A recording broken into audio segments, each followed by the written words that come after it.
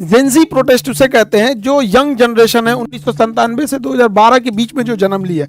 इन Gen Z protest की वजह से पूरा नेपाल जल उठा और एक सत्ता परिवर्तन हो गया है। संसद भवन में आग लगा दिया गया है। जितना नेता मंत्री हैं लोग, सब लोग का परिवार इसे लटक लटक बानर ऐसा भागा है। हेलीकॉप्टर से कोनो को दौड़ा के मारा है, कोनो को भिगा के मारा है, कोनो को जो घर फूंक दिया है। सबसे बड़ा जो कारण था वो करप्शन था। नेपाल में करप्शन इतना ज्यादा बढ़ गया था जिसका कोई हद नहीं। करप्शन को रोकना मुश्किल था। हर डिपार्टमेंट करप्ट हो चुका था। चाइना के सहयोग से जो एयरपोर्ट बन रहा था उसमें 1400 करोड़ का घोटाला हो गया। ललिता निवास में घोटाला हुआ। गिरी बंधु में हो गया 54,000 करोड़ का घोटाला हुआ। और ओरिएंटल में हो गया 13,000 करोड़ का घोटाला। कोऑपरेटिव सोसाइटी में इसके लगभग 70,000 करोड़ का घोटाला हुआ। भैया सबसे बड़का कारण ये नमूने बने हैं सब।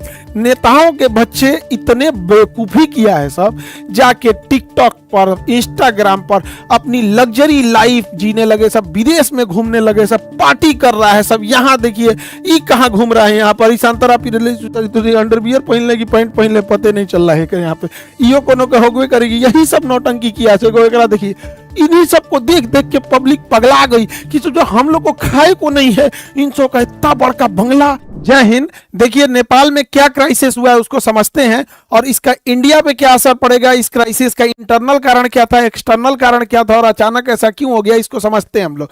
जेंजी प्रोटेस्ट उसे कहते हैं जो यंग जनरेशन है 1997 से 2012 के बीच में जो जन्म ली है।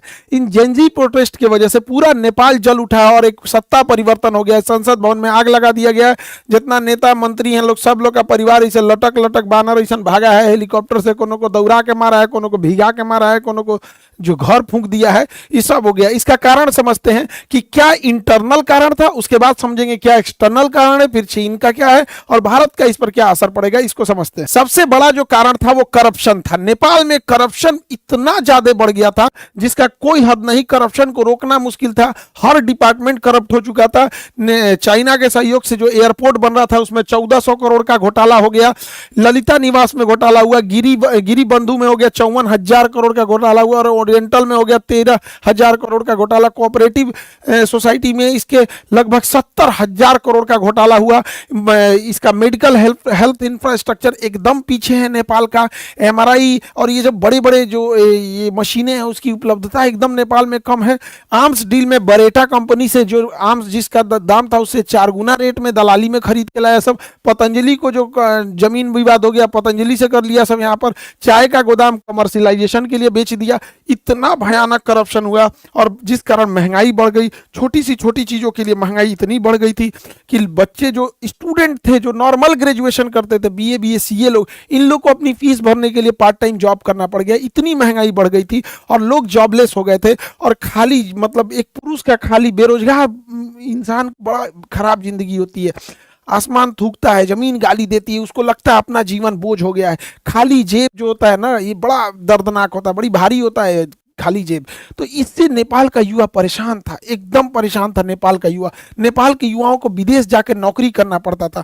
विदेश में आके शेफ का नौकरी। अभी आप भारत में देखिए चाउमीन, मोमो, ये लोग ऐसे इंडिया में फेमस है कि नेपाली जो शेफ होते हैं चाउमीन और मोमो बड़ा अच्छा बनाते हैं। यहाँ से बेचारे काम करके विदेशी रेमिटेंस भेजते थे अपने देश में और उन पैसों से नेताओं के बच्चे अय्यासी करते थे। नेपाल की जो यंग जनरेशन थी, सोचिए कितनी मुसीबत में होगी कि युद्ध के दौरान वो लोग यूक्रेन से लड़ने के लिए रसिया में भर्ती हो गए और रूस ने उन्हें 20-25 दिन की ट्रेनिंग दिया, हथियार थमा के भेज दिया यूक्रेन से लड़ने के लिए और वहां वो लोग शहीद हो गए थे। उनका घर परिवार उजड़ गया। इतना भयानक वहां बेरोजगारी का आलम था। अब इनमें होता क्या है, वहां पे जैसे 2008 में राजतंत्र, राजा को हटा के लोकतंत्र जब बना था तो यहाँ कुछ ही पार्टियों का दबदबा था। नेपाली कम्युनिस्ट पार्टी हो गया, नेपाली कांग्रेस हो गया, यहाँ पे जनता संवादी पार्टी हो गया, इंडिपेंडेंट हो गया, सब ये कई ठो थे सब यहाँ पे। लेकिन ये 3 लोगों देखिए ये आदला बदली करते रहते थे सब। पहले ओली बना 18 में, फिर देउआ बना 21 में, फिर प्रचंड बना 22 में, फिर अबुढ़वा बन गया 24 में। ऐसे ऐसे हो रहा था या नेपाल में, ऐसे यहाँ से यहाँ, इस तरह से इन लोग का सत्ता परिवर्तन मैंने पारा पारी खेल रहा है, एबेरी हम एबेरी तुम एबेरी हम। यहाँ पे जनता परेशान हो गई, सारा गठबंधन कर ले रहा था सब, कब किससे गठबंधन कर लेगा पता ही नहीं चलेगा, ये उसको गरियाएगा उसको गरियाएगा, फिर गठबंधन करके सरकार बना लेगा।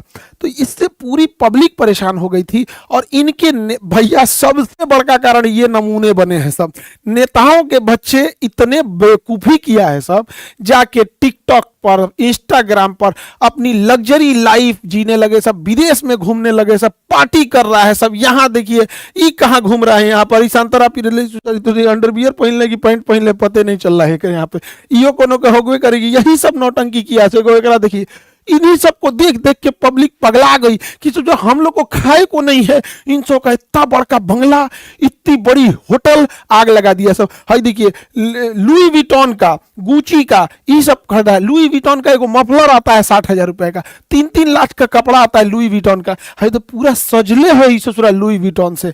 एकरा हैरी पॉटर अब्बा गईलो तो लदा के, इसी सबको पीटा यहाँ पे के बाप को दौड़ा दौड़ा मारा है ये बेचारा के। और दिखावा हैरी पॉटर, यहाँ देखा यहाँ पे तोरा अब्बा पिटा के भागा है यहाँ पे, इसी सब के वजह से हुआ है। अब होगा क्यों नहीं, नेपाल की पब्लिक की हालत ऐसे है, नेपाल की पब्लिक इस तरह से। आप इनको देखिए, भारत के नेताओं से सीखना चाहिए नेपाल के नेताओं को। भारत के नेताओं का दो चाल समझिए, इनके बच्चे कहाँ पढ़ रहे हैं ये बताते ही नहीं है, और ये अपने बच्चे को कहते हैं कि बबुआ ते मर्सिडीज में घूम, ते ऑडी में घूम, BMW में घूम, लेकिन फोटो मत खींचो हो, फोटो नहीं खिंचाना है, फेसबुक पे नहीं डालना है, गरीब बन के रहना है। एक दिल्ली में एक नेता से हमसे मिले थे उनके लड़का, तो कहा कि सर एक फोटो हो जाए, हम कहा हाँ हाँ, तो ऐसे कहा कि रुकिए सर शर्टवा मोड़ लेते हैं, रोलेक्स की घड़ी है, दिख जाएगा तो पब्लिक क्या कहेगी।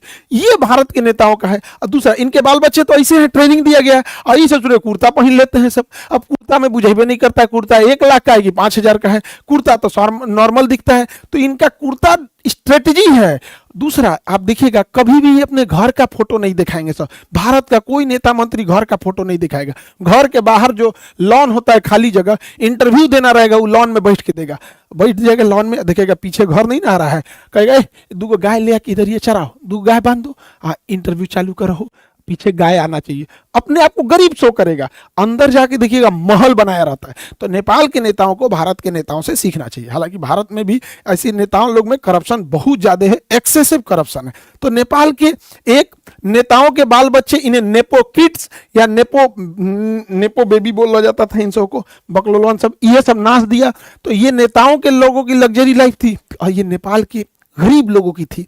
सोशल मीडिया पे इन नेताओं के इस रवैये को लोगों ने बढ़ चढ़ कर शेयर किया कि इन्होंने करप्शन के पैसे से विदेश में पढ़ रहे हैं, विदेश में घूम रहे हैं, विदेश में पार्टी कर रहे हैं, इनका इतना बढ़िया बढ़िया मकान है यहाँ पे। तो सोशल मीडिया पे ट्रेंड होने लगा, सोशल मीडिया इस पर तूल पकड़ने लगा, लोग बोलने लगे सोशल मीडिया पे।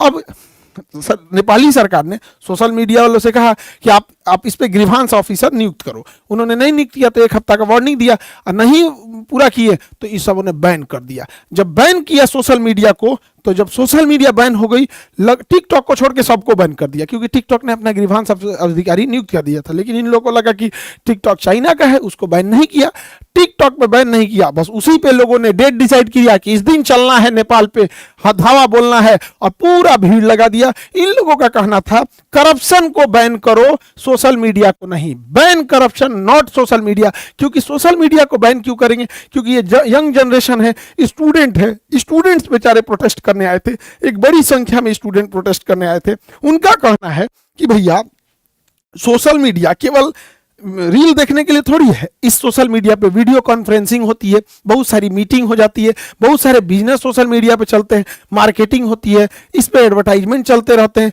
आजकल नेपाल में बहुत सारे लोग विदेश में काम करते हैं, तो विदेश में नॉर्मल नंबर नहीं लगता है, तो लोग व्हाट्सएप कॉल कर लेते हैं, ये इसमें दिक्कत आने लगा। बहुत सारे लोग नेपाल में क्लास करते हैं, उनके भी वहाँ के टीचर होंगे लोग, वो लोग पढ़ाते होंगे अपना अपना वहाँ पे, तो सारी चीजें बाधित हो गई। इसी को लेकर प्रोटेस्ट हो गया। प्रोटेस्ट बहुत बड़ी संख्या में था। यहाँ पे अगर ध्यान देंगे तो यहाँ पुलिस इनको रोक रही थी, तब तक ससुरा किसी ने आदेश दिया ऊपर से प्रधानमंत्री के यहाँ से कि इनको गोली मारो। और जानते हैं इन्होंने क्या किया, एकदम माथा पे गोली मारे हैं सब। इन बच्चों को स्कूल यूनिफॉर्म पे माथा पे गोली मारा सब। अब जब यहाँ गोली मारिएगा तो ये तरीका गलत है। लोकतंत्र में भीड़ को शांत करने के लिए अन्य तरीके भी होते हैं। ये बात है कि हाँ, हर चीजों को हम लोग जबरदस्ती नहीं मना सकते, लेकिन वाटर कैनन होता है, आंसू गैस के गोले होते हैं। जब चीजें हद से पार हो जाती है तो पैर पे गोली चलाया जाता है, कई बार रबड़ बुलेट चलाए जाते हैं, एकदम एक्सट्रीम हो जाता है तो पैर पे गोली चलाया जाता है। उसके बाद भी कारण बनाना पड़ता है कि हमने ये सब कर दिया, तब लास्ट में इस तो पूरा सीधे गोली मारा सब यहाँ पे, एकदम हेड शॉट मारा। इसके वजह से जो लोग प्रोटेस्ट में नहीं भी उतरे थे वो सब के सब लोग प्रोटेस्ट में उतर गए और कहें अब की बार तो ओली सरकार को उजाड़ देना है, करप्शन को खत्म ही कर देना है। लोगों ने ऑफिसेस तोड़ दिए, सब जगह तहस नहस कर दिया, संसद भवन को आग लगा दिया, कहा कि चट्टा यहीं से बैठ के करप्शन करता है सब। और यहां से नेताओं को इसे लदा लदा भागना पड़ा है। और समय रहते ये लोग ईमानदारी से काम किए रहते तो आज ये नौबत नहीं आई रहती। नेपाल से ये लोग भाग गए हैं, किसी को डुबा के मारा, लसरा के मारा, मूड़ी फोड़ दिया, कपार फोड़ दिया, को जिंदा जला दिया। ये सब पूरी तरह से नेपाल को तबाह तबाह कर दिया। नेपाल में एक हामी नेपाल करके एनजीओ था जो भूकंप के समय मदद कर रहा था।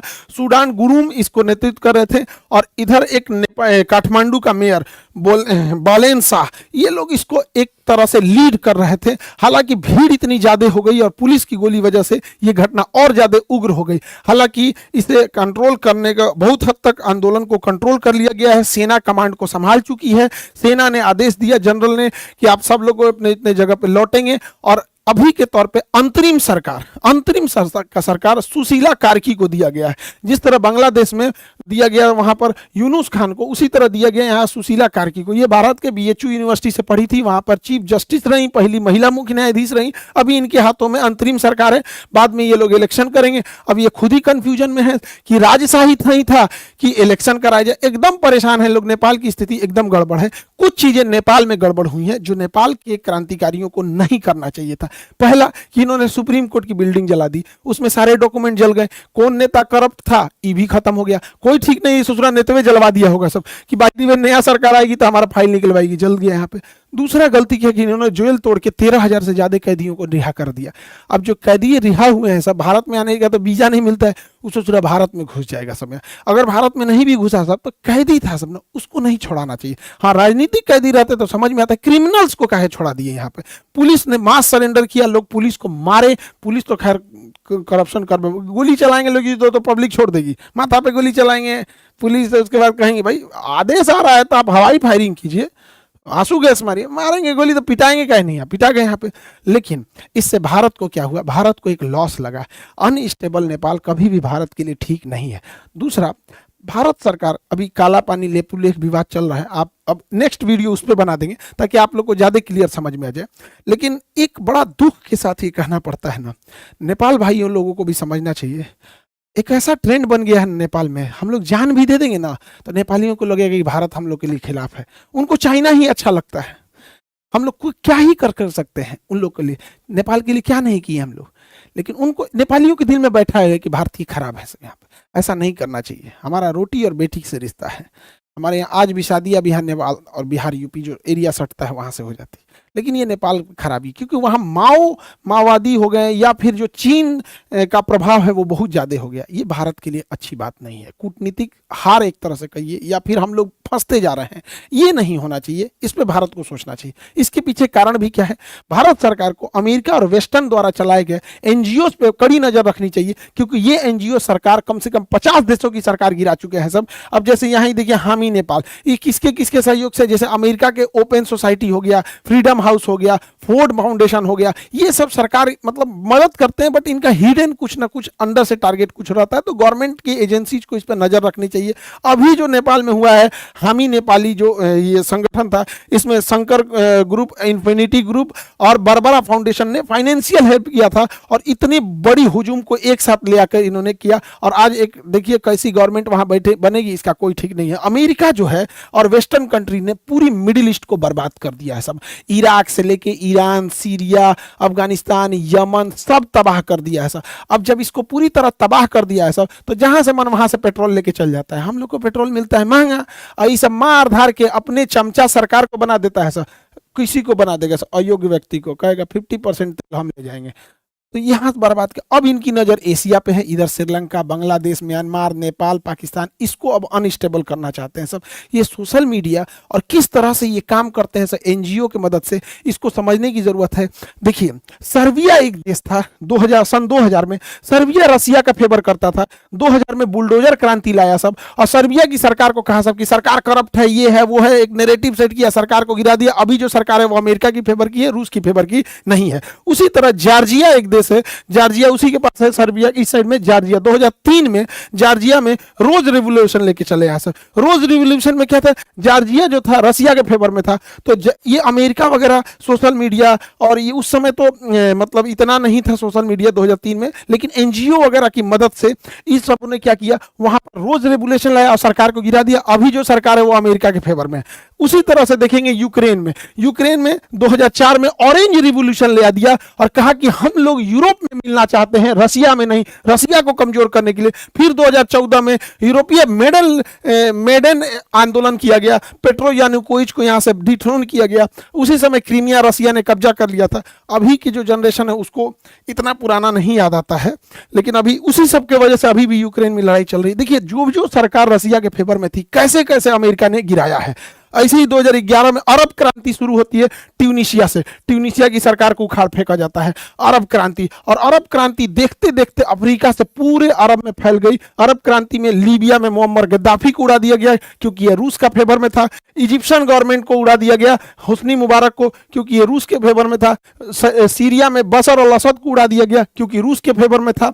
यमन से शेख अब्दुल्ला साले को उड़ा दिया गया क्योंकि ये रसिया के फेवर में था। ये सब अमेरिका की चाल है। अभी भी नहीं समझ में आएगा तो बहुत दिक्कत हो जाएगा। ये सोशल मीडिया हम 20 बार कहते हैं, इस पर इंडिया का अपना कमांड होना चाहिए, नहीं तो फिर हम लोग मुख्य दर्शक बन के ऐसे ही देखते रहेंगे। 2021 में म्यांमार में क्या हुआ, म्यांमार में सरकार हटा दिया गया आंग सान सू की, ये भारत के फेवर में थी, और यहाँ जुम्टा की सरकार बना दिया गया, सैन्य तानाशाही जुम्टा की। हुआ क्या, 2017 से 2021 तक म्यांमार से रोहिंग्या भारत में घुस गए।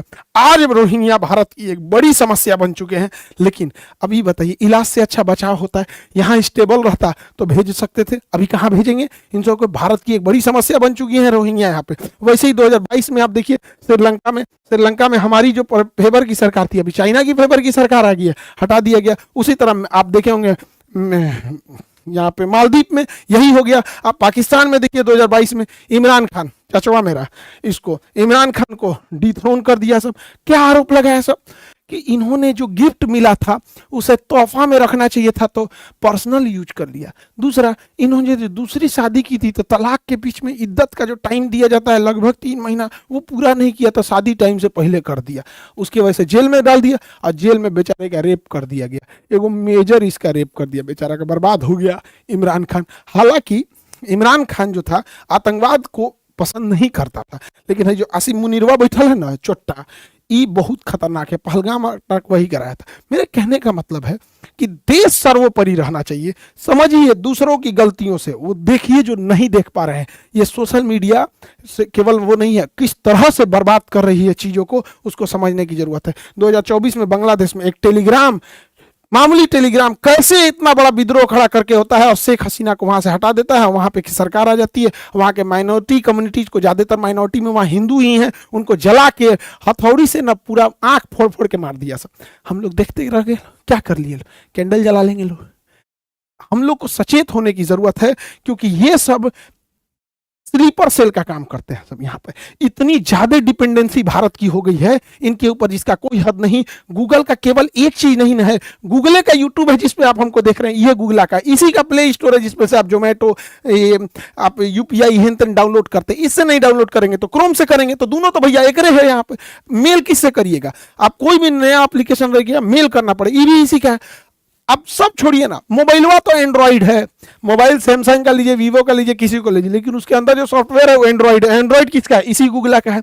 अच्छा, कई लोग कह रहे हैं कि अच्छा मीडिया में, कई मीडिया, भारत की मीडिया को तो जानते ही हैं, उनका कहना है कि शाह खान साहब ने बताया कि प्ले स्टोर नहीं है तो एप्पल स्टोर यूज कर लेंगे, प्ले स्टोर नहीं है तो सैमसंग का यूज कर लेंगे, प्ले स्टोर नहीं है तो अमेजोन का यूज कर लेंगे। अरे बैल बुद्धि, हमरा गूगल से थोड़ा ना दुश्मनी है, हमरा बस इस बात की शिकायत है कि ये हमारा नहीं है, विदेशी है। तो आइयो तो विदेशी है, आइयो तो विदेशी है, आइयो तो विदेशी है। ये कौन बात हुआ कि आसमान से गिर के खजूर पे अटकेंगे कि गूगल बंद हो जाएगा तो एप्पल यूज कर लेंगे, सैमसंग यूज कर लेंगे, अमेजन। अरे तरीका कौन समझाएगा रे मेरे भाई कि हमको प्रॉब्लम गूगल से नहीं, हमें बस ये है कि हमारा अपना होना चाहिए, न कि विदेशी होना चाहिए। जब बैल बुद्धि मीडिया को क्या समझाएं हम यहाँ पे। जीमेल के जगह हमें अपना मेल यूज करना चाहिए, भारत मेल, भारत मेल। तो मीडिया के कुछ बंधु ये कह रहे हैं कि जीमेल की जगह भारत मेल लोग अपनाएंगे। क्यों नहीं अपनाएंगे? तो होना चाहिए, उतनी सोच होनी चाहिए। हम भारत मेल लाएं, जितनी भी योजनाएं हैं भारत सरकार की, चाहे वो जनधन योजना हो, चाहे वो राशन योजना हो, खाद बांटना हो, एलपीजी सिलेंडर बांटना हो, उसका ओटीपी मेल जीमेल पे ना जाके भारत मेल पे जाएगा। वोटर कार्ड का वेरिफिकेशन भारत मेल पे जाएगा। आधार कार्ड का वेरिफिकेशन गूगल जीमेल पे ना जाके भारत मेल पे जाएगा। इनकम टैक्स, जीएसटी, टीडीएस, ये सबका कहाँ जाएगा? भारत मेल पे जाएगा। मजबूरी बनेगी लोगों को जीमेल के साथ साथ भारत मेल भी रखना।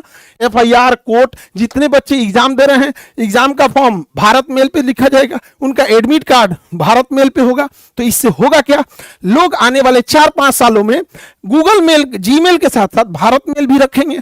तो पहले पैरेलल रखना चालू किएंगे, उसके बाद धीरे धीरे शिफ्ट कर देंगे। सोच होनी चाहिए। अब हाथ पे हाथ रख के रहेंगे, अरे नहीं हम ऐसा नहीं करेंगे। अरे भैया, मोदी जी ने एक बार बोल दिया था मालदीव ना जाके लक्षद्वीप जाओ, मालदीव की अर्थव्यवस्था हिल गई थी। मोदी जी ने एक बार बोला था थाली बजाओ, पूरा देश थाली बजा दिया था। तो पूरा देश जीमेल की जगह पे इसके नहीं शिफ्ट होगा? उतना होना चाहिए। अजीब हाल है भैया। देश प्रेम बड़ा होता है, सरकार प्रेम नहीं, दोनों में अंतर होता है यहाँ पर। तो देश सर्वोपरि होना चाहिए। हमारा झुकाव जाति, धर्म, राजनीति, पार्टी से ऊपर उठ के हमारा झुकाव देश के प्रति होना चाहिए। हम यहाँ भी कहते हैं कि हमारा खुद का एप्लीकेशन है खान ग्लोबल स्टडी, जिसपे 15 मिलियन बच्चे पढ़ते हैं। एप्लीकेशन, यूट्यूब नहीं, एप्लीकेशन। वो एप्लीकेशन प्ले स्टोर पे। यदि भारत सरकार अपना भारत प्ले स्टोर बनाती है, हम पहले शिक्षक होंगे कि हम इस 15 मिलियन को छोड़कर उस पे चले जाएंगे, क्योंकि यह हमेशा हम लोगों को ब्लैकमेल करता है कि 30% एक्स्ट्रा चार्ज लेंगे। पूरे भारत के शिक्षकों से कहते हैं कि आप लोग बताइए, क्या इस बात का यह धमकी नहीं देता है गूगल? हम लोग इसको छोड़ेंगे, ये हमारी जिम्मेदारी होती है, देश के प्रति हमारी जिम्मेदारी होती है। आज 25 मिलियन सब्सक्राइबर हैं यूट्यूब पर, लेकिन ये डायमंड प्ले बटन आया था ना, हम कभी दिखाए नहीं। सभी लोग को धन्यवाद हाथ जोड़कर, जो आप लोगों ने 25 मिलियन बनाया और विश्व का सबसे बड़ा एजुकेशन चैनल बनाया। लेकिन जब ये डायमंड प्ले बटन आया ना, इतना खुशी होता। अगर इसके बीच में अगर भारत का रहता तो अशोक चक्र बना रहता, अशोक स्तंभ बना रहता। जब मेरा 1 मिलियन हुए थे ना, तो गोल्डन प्ले बटन आया था। तो पापा को हम दिखाए ना, तो पापा बोले कि कितना अच्छा रहता है, इस पे तिरंगा बना रहता, ये विदेश का है। तो पिताजी बोले थे कि हमारी आवाज़ कोई नहीं सुनेगा, तुम अगर इस लायक हो जाना ना तो आवाज़ जरूर उठाना। ये मत कहना कि तुम भूल जाओ कि तुम्हें सुविधा मिल रहा है। आवाज़ जरूर उठाना कि एक भारत का अपना होना चाहिए। वरना हमको देश प्रेम है तभी हम यूट्यूब पे खड़ा होकर कह रहे हैं कि यूट्यूब की जगह भारत का होना चाहिए। वरना 25 मिलियन को तो बहुत पैसा देता है यूट्यूब, क्या जरूरत रहती है? तो सरकार प्रेम और देश प्रेम दोनों में अंतर होता है। हम स्वयं कहते हैं कि भारत का रहता तो बहुत ज्यादा खुशी होती। आज नहीं होगा, 10 दिन बाद होगा, 10 साल लगेंगे, 20 साल लगेंगे, लेकिन अगर हम शुरू ही नहीं करेंगे तो कभी मंजिल पे नहीं पाएंगे। मंजिल मिले या ना मिले ये मुकद्दर की बात है, लेकिन हम कोशिश ना करें ये गलत बात है। तो ये देश प्रेम हम इसीलिए कहते हैं, वरना 25 मिलियन पे तो बहुतों सुविधाएं मिलती रहती हैं यहाँ पर। लेकिन जो देश प्रेम है, जो इस ये हम कभी आप लोग को दिखाए हैं, ये रखा हुआ है हमारे यहाँ। बस यहाँ एक तो तिरंगा झंडा बना देता ना इस डायमंड प्ले बटन पे, 4 चांद लग जाता है इस डायमंड प्ले बटन पे। लेकिन क्या कीजिएगा, कुछ दिन होगा, कोई ना कोई लोग कहेगा, मीडिया वाला कह रहा है कि खान सर पागल हो गए यहाँ पे, अपन गूगल और यूट्यूब बनाने के लिए कह रहे हैं। कभी ना कभी तो सुनेंगे। मोदी जी से उम्मीद है कि जरूर करेंगे, नहीं तो देश को अनस्टेबल कर देंगे सब। ये सब विदेश वाले सब, इन पर कभी भरोसा नहीं करेंगे। भैया, आज से 3 साल 4 साल पहले भी हम क्लास में बोले थे कि 2000 का नोट जो आया है ये गलत डिसीजन है, इसको चेंज करेगी सरकार, मजबूरी हो जाएगी चेंज करना। कल से लाल वाला नोट नहीं चलेगा, 2000 वाला पे साइड कर रहे हैं। 2000 के नोट को गवर्नमेंट की लानी मजबूरी थी, क्योंकि अचानक नोट बंद हुआ, मार्केट में पैसा देना था, छोटका छोटका नोट छापने में टाइम लगता है, इसलिए पहले उस सप्लाई को पूरा करने के लिए 2000 दिया गया। सप्लाई, अब जब सप्लाई पूरा हो गया, अब बैंक वाला धीरे धीरे उसको रखते जा रहा है। अब आपके एटीएम से 2000 का नहीं निकलता होगा, निकलता है, रेयर हो गया है। अब 2000 बहुत कम मिल रहा होगा, धीरे धीरे उसको साइड कर दिया जाएगा और क्या हो जाएगा 500। करप्शन कम करने के लिए मैक्सिमम नोट 100 रुपए का ही होना चाहिए, समझा गया कि नहीं गया? अब तनी जाओ तो किसी को 10 लाख घूस देने, बोरा में लेके 10 लाख रुपया 100 का नोट हो गया तो कहां ले जाएंगे बोरा? आप देख लीजिए आज चेंज हो गया कि नहीं। वैसे ही हम कहते हैं कि एक दिन इस गूगला को भी बदला जाएगा और वह दिन आएगा जब भारत अपना सर्च इंजन बनाएगा, हम अपना प्ले स्टोर बनाएंगे, हम अपना भारत मेल बनाएंगे, उस दिन का भी इंतजार रहेगा। और अगला बैच आप लोग का बीपीएससी का है जो 23 सितंबर को आ रहा है और 99 रुपए का इंडियन मैप। बाबू लोग अगर जीएस पढ़ना है तो मैप बहुत जरूरी है पढ़ना। अब महज 99 में, इस 99 में हम 30% सरकार को इनकम टैक्स देंगे, लेकिन फिर कहते हैं कि हमसे आप इनकम टैक्स लीजिए, लेकिन बच्चों से लिया जाने वाला 18% जीएसटी प्लीज छोड़ दीजिए। हमें अपना स्वार्थ रहता तो हम कहते हैं कि इनकम टैक्स मत लीजिए, लेकिन हम कहते हैं आप लीजिए, लेकिन बच्चों का प्लीज। अभी 99 रुपया में आप 18% जीएसटी लेंगे, बचवा सबको अफसोस लगता है। क्या बाकी आपकी मर्जी। आई होप आपको ये टॉपिक समझ में आया होगा। अब इसके बाद लेपुलेख, काला पानी और नेपाल का नक्शा का क्या विवाद है रहा है उसको समझा देंगे। फ्रांस का भी पिटाया है सब नेता, अमेरिका में को गोली मार दिया, इसको नेक्स्ट क्लास में समझा देंगे। मिलेंगे नेक्स्ट क्लास में। जय हिंद।